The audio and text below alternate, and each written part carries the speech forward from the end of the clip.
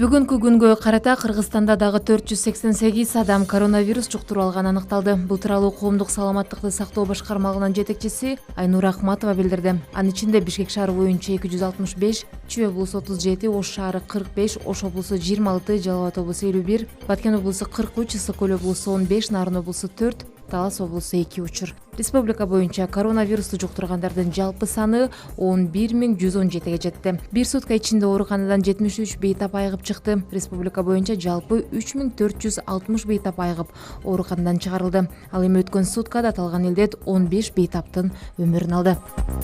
Ошол эле учурда дүйнө жүзүндө коронавирусту жуктургандардын рекорду кайрадан жаңыланды. Бир сутка ичинде 230.370 адамдан коронавирус инфекциясы аныкталды. Бул тууралуу бүткүл дүйнөлүк саламаттыкты сактоо уюмунун маалыматында айтылат. Акыркы жолу рекорд 10-июлда жаңыланган. Тактап айтканда, бир суткада 228 000 адам коронавирус менен катталган.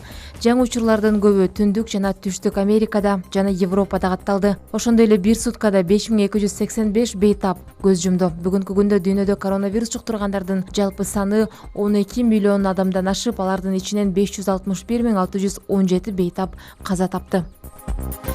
Ал арада Казакстандын эли бүгүн коронавирустан каза болгондорду эскерип, улуттук аза күтүү күнүн өткөрүп жатышат. Бул тууралуу Спутник Казакстан маалымат агенттиги жазды. Казакстандын шаарларында мамлекеттик туулар түшүрүлдү. Каза болгондорго багышталып, бардык мечиттерде Куран окутулат. Саат 12:00 өлкө боюнча аза мүнөтү болот. Казакстанда коронавирустан биринчи болуп 26 мартта Акмола облусунун Косшы айылынан 64 жаштагы аял каза болгон.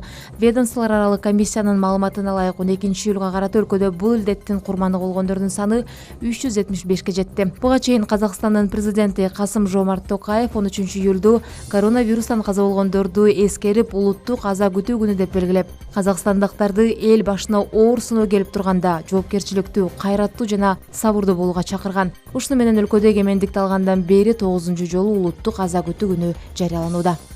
Ошол эле учурда жакшы кабар да жок эмес. Россияда коронавируска каршы вакцина сыноодон ийгиликтүү өттү. Вакцина сайылган ыктыярчылардын биринчи тобу ушул шаршембиде, экинчи тобу 20-июлда ооруканадан чыгат. Сеченов университети дүйнө жүзүндөгү биринчи вакцинанын сыноосун ийгиликтүү аяктады дешет окумуштуулар.